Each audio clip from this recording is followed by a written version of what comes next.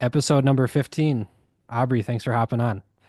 I love that number. You're welcome. Thank you. Does that number mean something to you? Yeah, I actually played soccer in college and I was number 15. Okay. And I chose that number because my maiden name is Aubrey Amatelli or Aubrey Elsie, and A is the first letter of the alphabet and E is the fifth. So Oh. 15 has always, kind of been my initials anyways. So I love the number. Good. Next episode we can dive into numerology if Oh, you've ever gotten into I'm that. wearing this 888 here.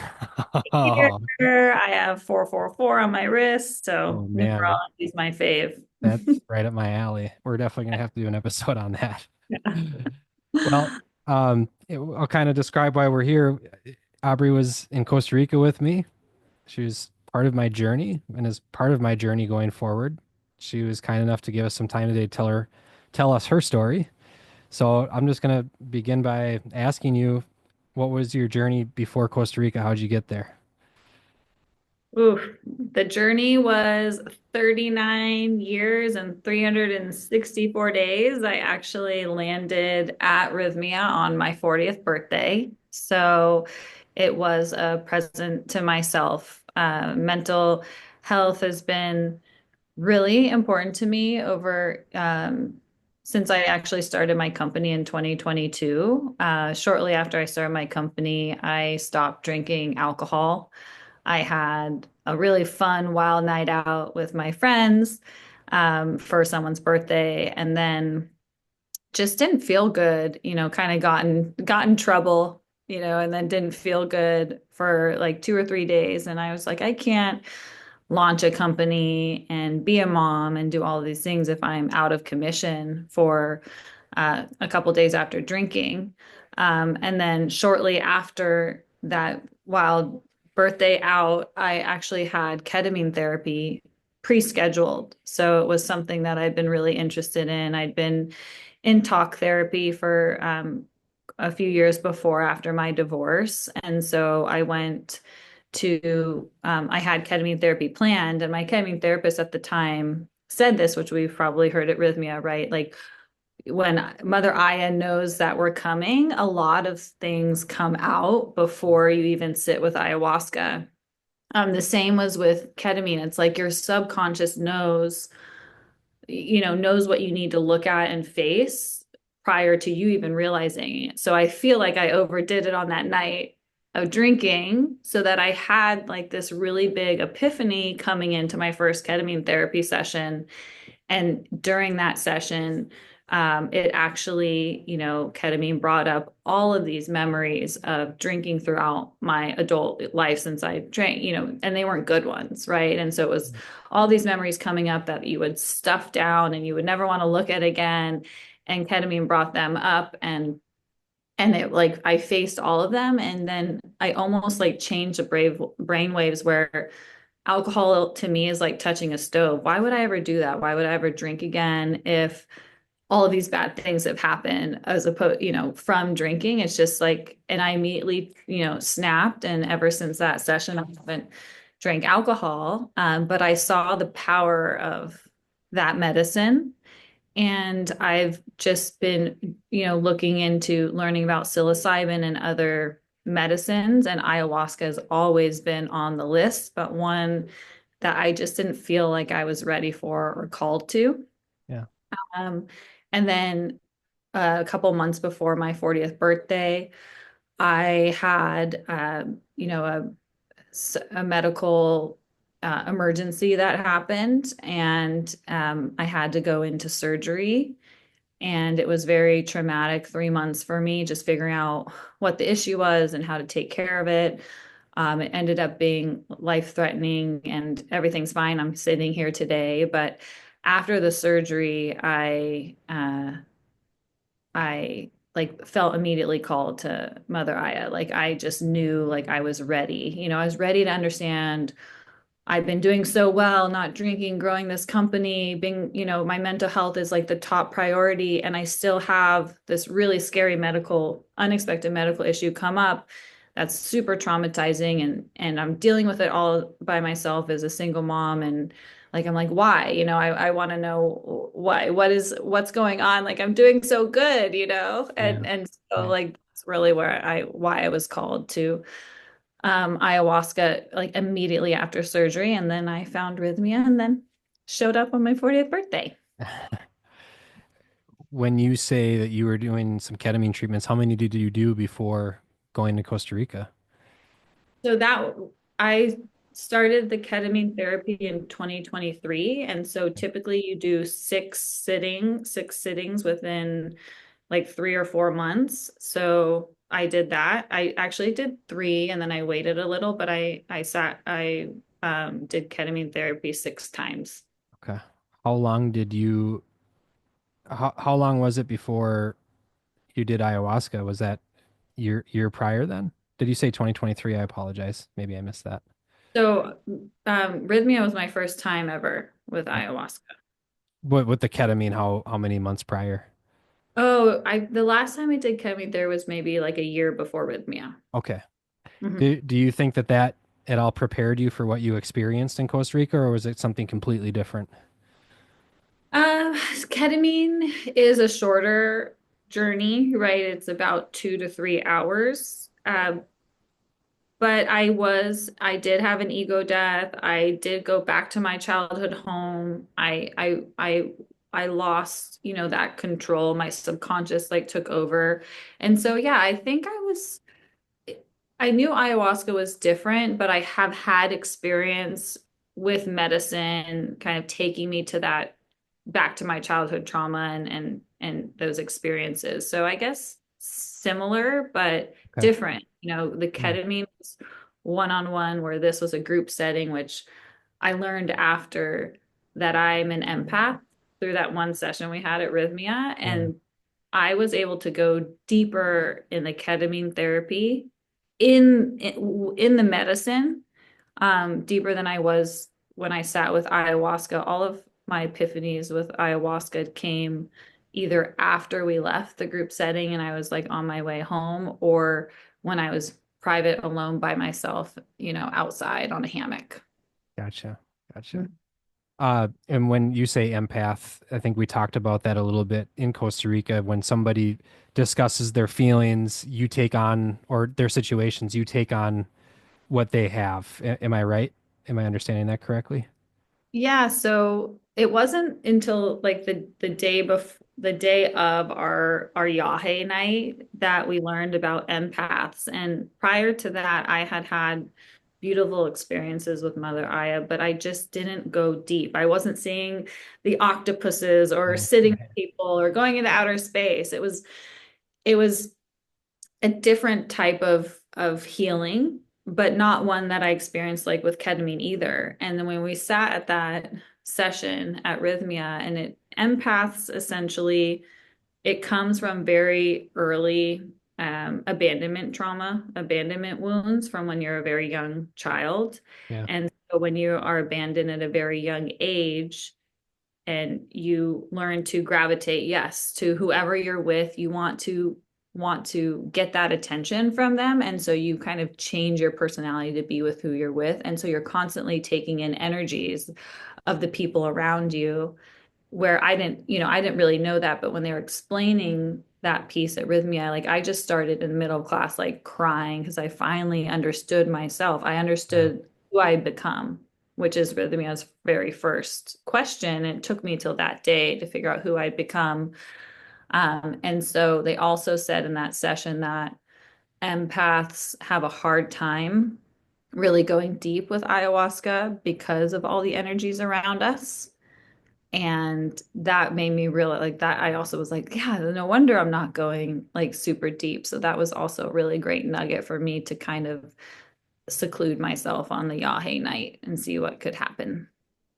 Yeah. What's super special about Rhythmia is not just the ceremonies themselves, but the classes during the day, because it helps you understand what it is that you're going through.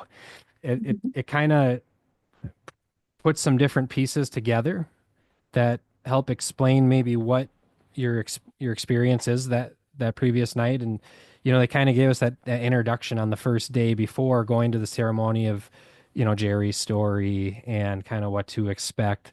So give me a kind of a play-by-play of night one. It doesn't sound like you went too deep night one, but what was it like for you? Night one, oh my gosh, I should look back at my notes. But I'll just say what can kind of I remember now because I think that's important, what stuck with you. Yeah. Um, Night one was a lot of like sleeping and purging and sleeping. Like there wasn't visions at all. I was doing a lot of that healing work inside that they say that, some deep work. But I did go back to my room that night and they say to not wash, your ayahuasca cup down the sink, like to put water in it and put it into the earth. So I was doing that and I was sitting under the moon, soon to be full moon, right? It was like 4 days prior. And I had kind of this voice from, tell me my son, when we were celebrating my birthday, he said something that was very interesting. He's a boy of a few words. He's my oldest. He's dyslexic, but super, super smart, but just doesn't talk much. But when he says something, it's really profound. When he Yeah. has like a comment, like it's profound. And he said, was at my birthday and said something like, well, mommy, you're not happy a lot of the time. You're sad. Or he said, you're sad a lot.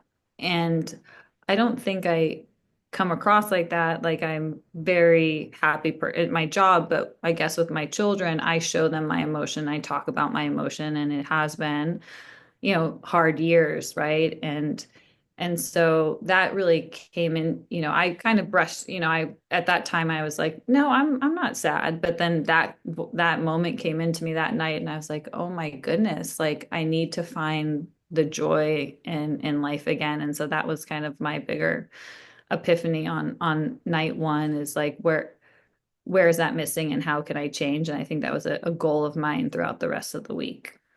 Yeah.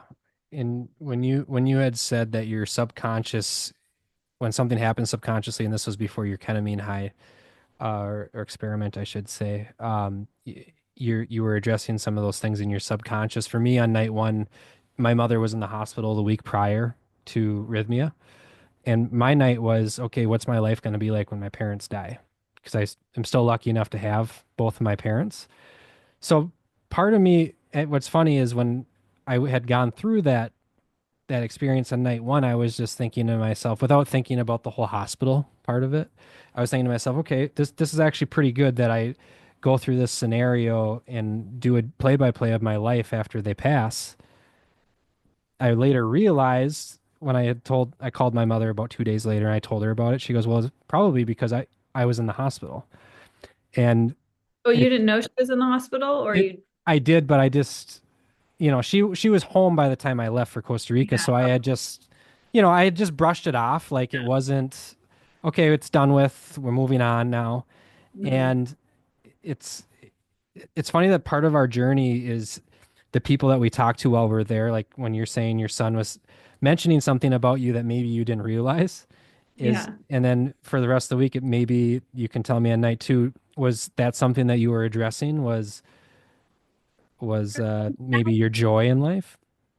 So I I realized, well, why his comment was so impactful to me and why I think it came up that night is because the day before when we had that group breathwork session and they were saying, think of a time that you're grateful for in your life. And that very first session, like the only thing that came up was the birth of my three children.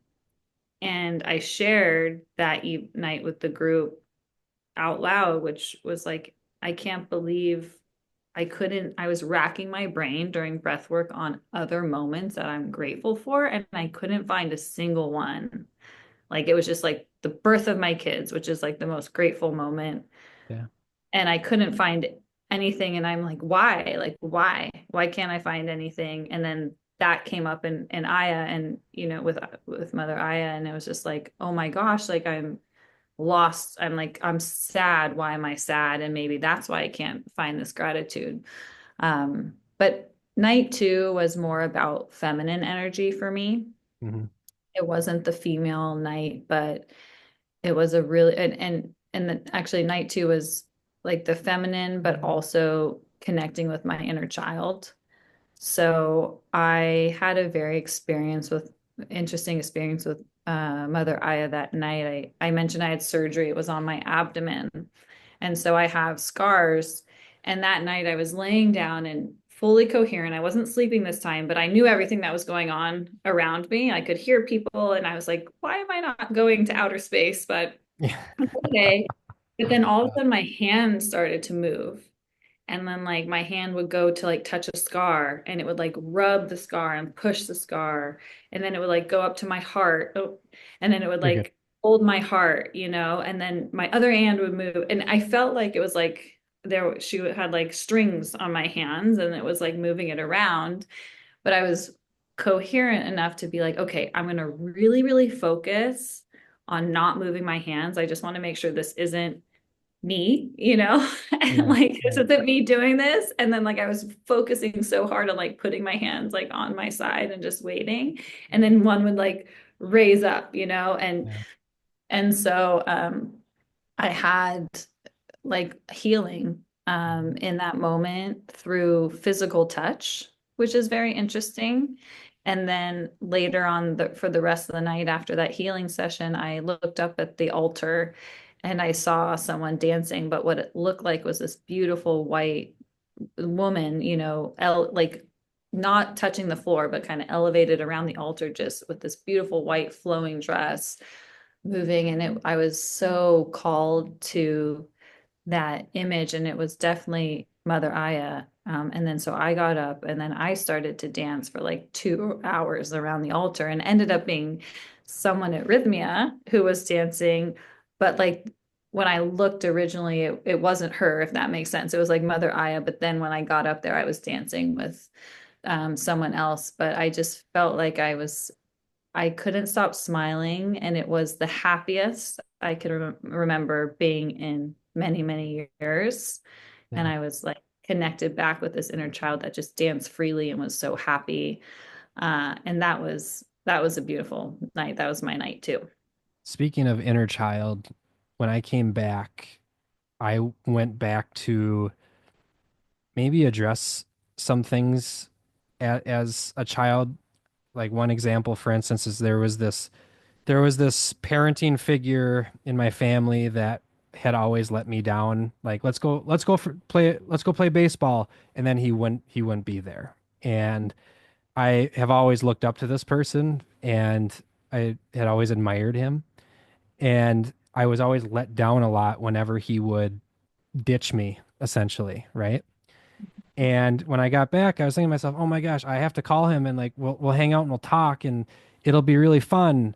And this was the first week I was back, and you know how you are the first week. You're a child again. Literally, you're who you were when you were young because you are before you're split. And Yeah. when I got there,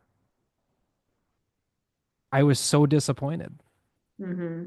because I now realize that I I looked up to him because he was really cool in the time we spent together, but he wasn't actually ever really there for me. He would give me things as presents, give gifts, give me money under the table, whatever. But when I got there, I had realized, first of all, there's two things I realized.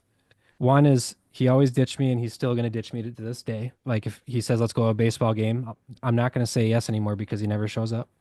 Two, he does hard drugs like I used to do. And I looked in the mirror. I saw my image when I looked at him, what I would be when I'm 60 years old. Hmm. And when you mentioned that inner child, that really came to me personally when I got back because I was my childish self when I got back. And there are a lot of things when you come back, you're thinking, okay, like fresh start, everything's good, Yeah. happy. Let's readdress these things and make it into these positive things. But that's, I guess, part of the journey is showing you who you've become, which was step one. and the work still goes on when you get back. So Mhm. yeah, you dancing for a couple hours. When was the last time you willfully danced?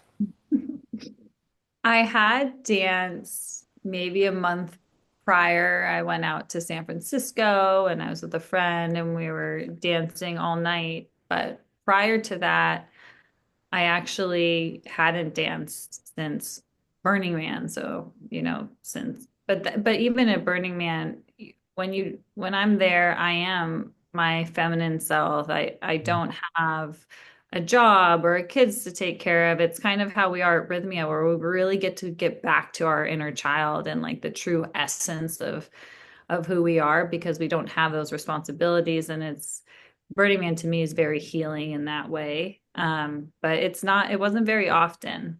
So, and it was like the dancing, but it was just like the happiness, like the Yeah. joy I felt. I feel like my cheeks hurt at the end. Like I just felt so free, and like beautiful and just alive. And it was really amazing to feel that way again. Tuesday night was a vibe for sure. I think You 85% of remember? us. Yeah. Yeah, yeah, Yeah. dude. Yeah. Oh my God. It was incredible. And I laughed so hard through that whole night, harder than I've ever laughed before. And You did? Oh, yeah, good. yeah, it was all joy.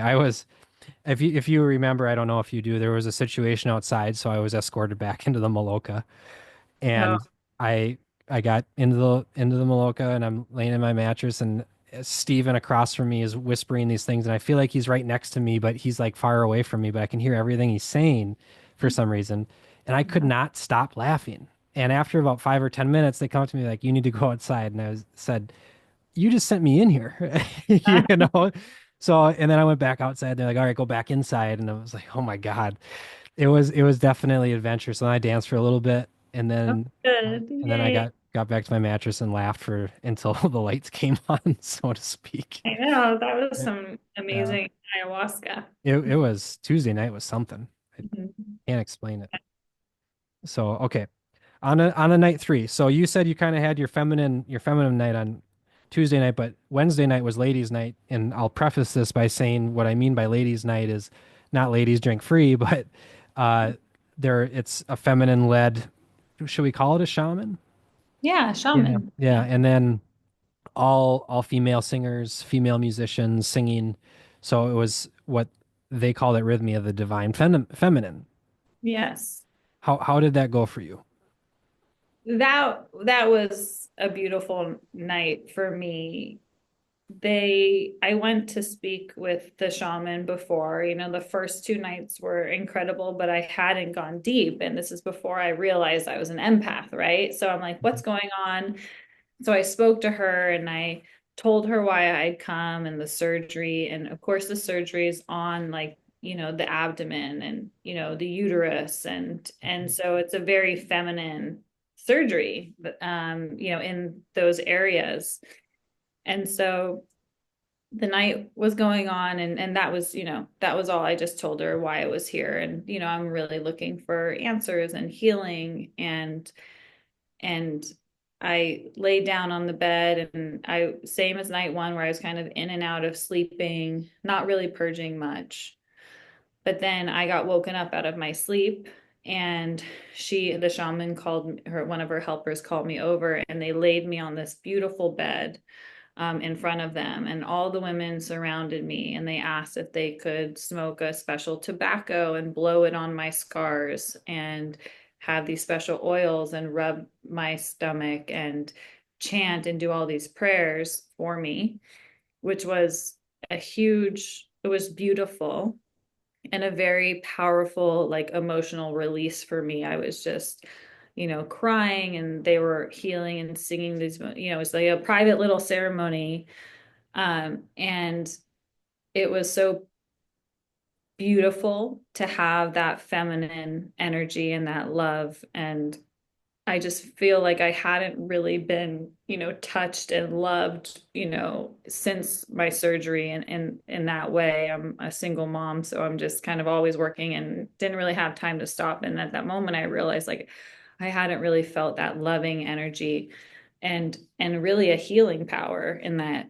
Mm. And so that was done. They walked me back to my bed and I purged for like 12 hours straight after that. Wow. Yeah. On every, Yeah. purged like, Yeah. and I can't even after like a colonic and all the purging I'd done, like my body was just releasing that pain and the trauma and doing Yeah. so much healing. And I'm just surprised at how much I purged, but I knew it was all in, healing that surgery and everything and all the emotion that I'd been through. And so that was my night 3. It was really, really powerful. Night three for me was a night where I slept a lot of the time, and I really didn't enjoy a whole lot of it. And I woke up irritated. Now looking back at it, as I talked to multiple ladies about their experience, I it might end up actually being my favorite night because it sounds like it was so profound for all of you, and it was so necessary. And just hearing all of you tell your story about what you received on that night is incredibly special. So I appreciate you sharing that. So let's go into Yahe. Oh, I love Yahe. I I want to drink it again. Okay, every time. Yahe was, Night four. yeah, night 4, the day I found out like I was an empath, and that was the who I become. So the next steps are merge me back with my soul, at all costs, and then heal my heart.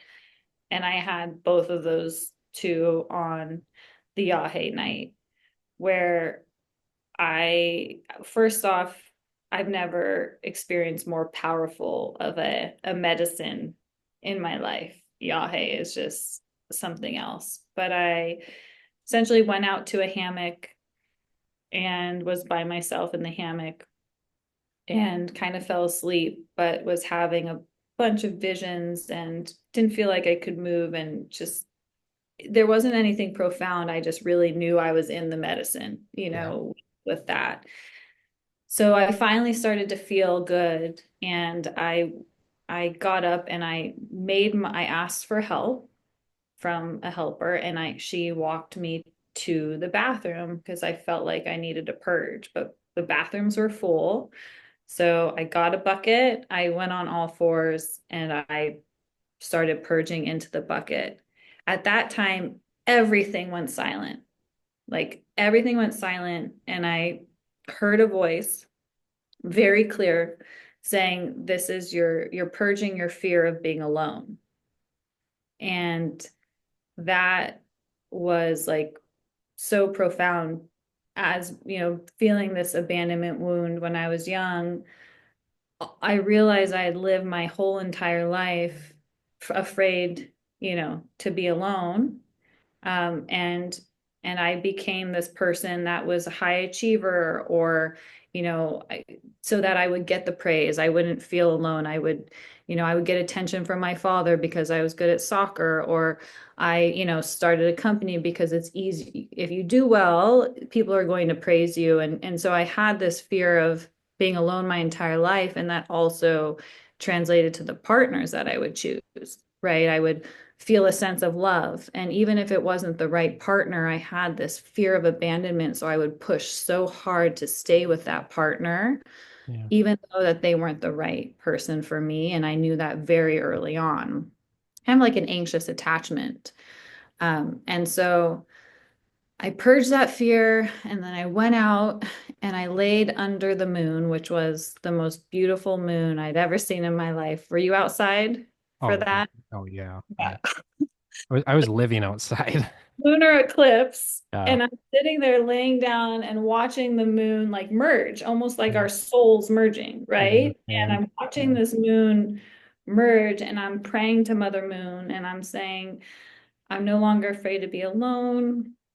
please, look after me, look after my kids, like doing all of my full moon manifestations that I always do, like wealth and health and all of those things. Yeah. And as the moon merged, I realized that I purged this fear of being alone, but I realized at that moment that I'm never alone because of God, Right. right? And Yeah.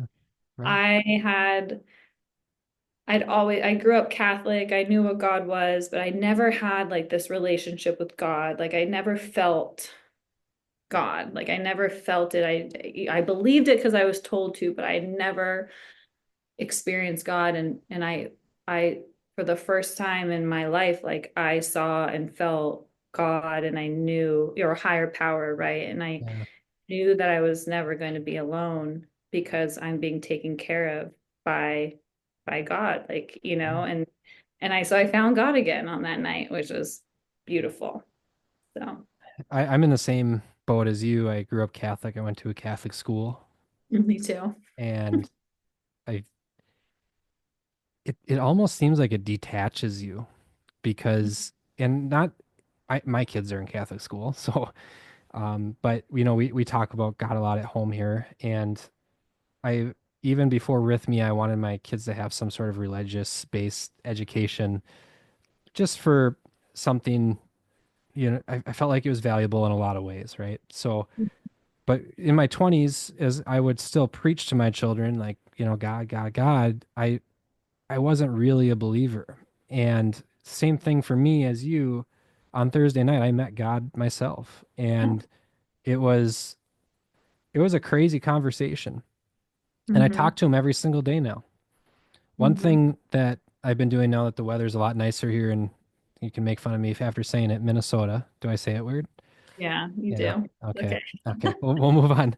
Now that the weather's nicer here in this region of the States, uh, I like the um, way you say it. It's okay. good. All right. But Well, that's the right way to say it. We all outside of Minnesota are saying it wrong. I appreciate you saying that. Mhm. I lay in the sun and I close my eyes, and it's part Mhm. of my meditation and my breath work. But what's so odd to me, and I've had this thought a lot that God is the sun because the sun is creation of everything. And when I look up into the sun with my eyes closed, I can see visions like I did on that night on Yahe night, where it's different waves and these different mechanisms. Like if you've ever seen the inside of a mechanical clock, you know how the mechanisms work together. And it's such a great time to have that conversation or that prayer or just continue building that relationship. And it really keeps you grounded. And after arrhythmia, and I think you can agree with this, the relationship with God is so strong that your faith has been completely restored. Yeah. And everything that happens that's negative, since I've been back, I still wear a smile Hmm. because my mother used to say this to me a lot when I was young, and I just thought it was some bullshit thing.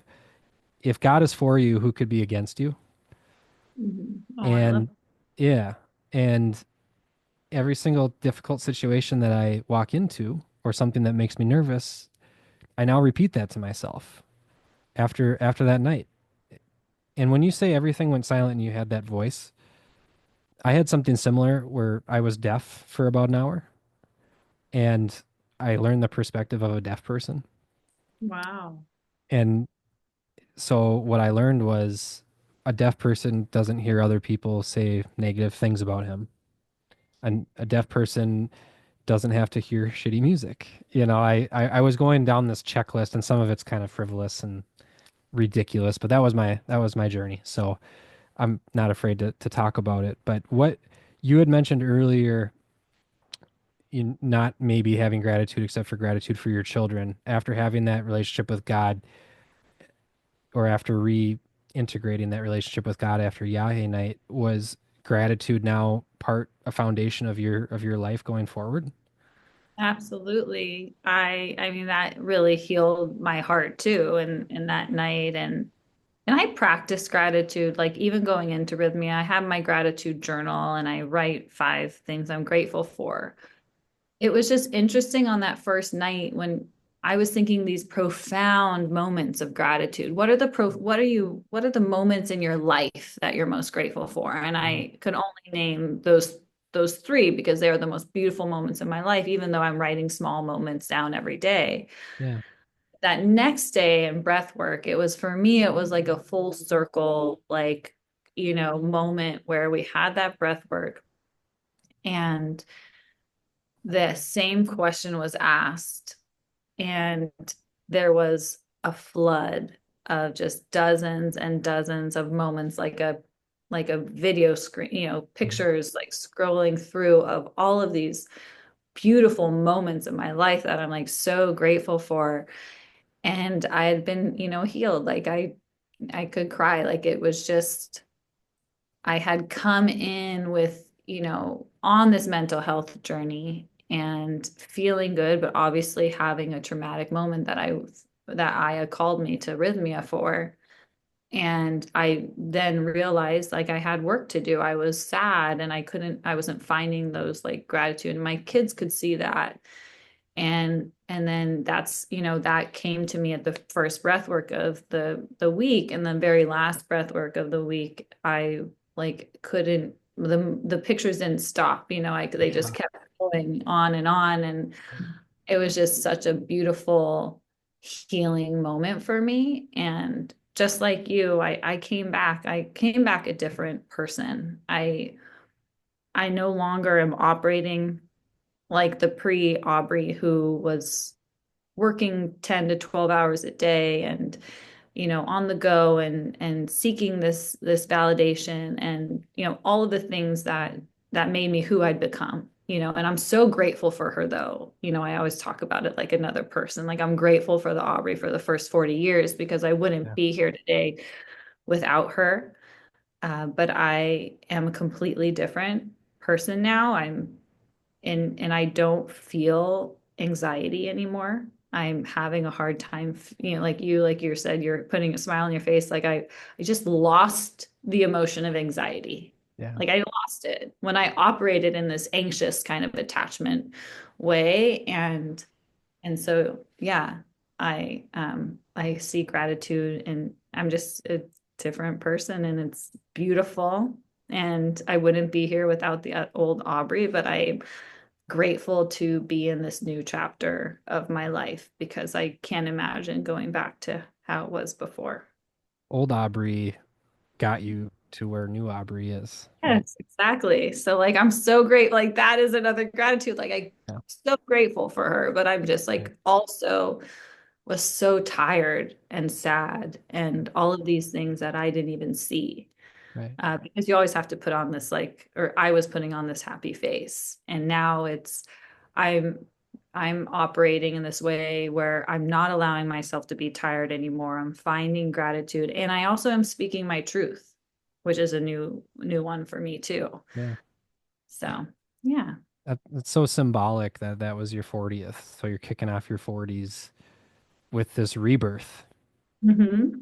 It's so Exactly. so Yeah. cool. So cool. Gratitude's when I left Thursday night, I had three pillars that I'm going to live my life on. Gratitude, patience, and forgiveness. Those were the three. Remember when we got those bracelets that had the three colors in the middle? So I spent an hour, hour and a half thinking to myself, okay, these are going to be like the center of my life going forward. And I got to get the bracelet fixed. My string broke on me, but I'll still wear it to this day if I could. So it's something that I'm going to be grateful for the rest of my life, 100%. Tell me about your integration back into the real world, and we'll kind of wrap up from there. Yeah. So I I have a really dear friend named Rafa, and he was my roommate at Burning Man this past year, and he studied in Peru, to become a shaman for 3 months last year. Or I don't know if it's technically a shaman, but he studied now he can facilitate ayahuasca. So coming into Burning Man, I learned all about his time in Peru and what he was doing. And I still wasn't ready for Aya at that time. But I had a very dear friend who was, has been living and breathing ayahuasca and facilitating it in smaller sessions. And, as you know, it changes people's lives. So when he heard I was going to Rhythmia, we did some pre-sessions together where we met for an hour and talked through my goals, and we met 3 times before. And so it was a gift to me for my 40th, because he does this for a living. But, after we Rhythmia, I was able to integrate with him and just have those like therapeutic sessions for an hour every week for the first month after, which was really great.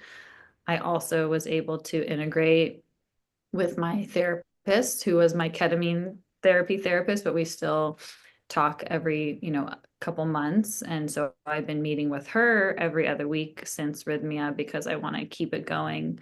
And then I'm meditating, which is a newer thing for me. So I'm trying to do that every day. I block off 30 minutes every morning before my day starts for work to meditate. And then eating healthy, like I felt like I couldn't go back to the real world and almost eat anything, or not the real, but world outside of Yeah. rhythm. It makes you feel guilty, doesn't it? Yeah, like Hmm. gummies, like hard-boiled gummies are like my favorite, and like my kids, I didn't even want Yeah. them. Of course, Yeah. I'd like slowly like, Yeah. okay, I'll have like my eating habits are still ultra healthy, but they're not as good as they were like right when I came out from of Rhythmia. But integration's been good. I've been moving really slow, really slow. And I also think that's part of this new rebirth in me of not feeling, finding things to do, like really putting myself first. My 3 pillars are, my kids, like number one, Yeah. my mental health and wellness, and then my company. Like those are the 3 most important, pillars in my life that I'm focusing on, because my company also employs 20 plus people, and so I want to make sure, those are, I wasn't sure, like I love what I do, and I was hoping that Aya wouldn't be like, go start your farm that you've always dreamed of. And Right. no, like the company, I reiterated, like Aya showed me how important the company was to me. And company always has been. So those were my 3 pillars, but I'm just like taking it really slow and really enjoying learning how to live in this way. Uh, so that's been Having my, having a company with all those employees is an additional responsibility Mhm. because their lives are in your hands essentially. Yeah. Yeah. So Well, it's that's so just important to me. They're yeah, they're right. my family. It's like an extension of me. And Yeah. so I was happy. Like I was afraid. You're always like, show me who you've become and then merge me back at all costs. What does that all cost mean? And that's like a part, I think, for all of us is like, Yeah. what does it mean at all costs? Right.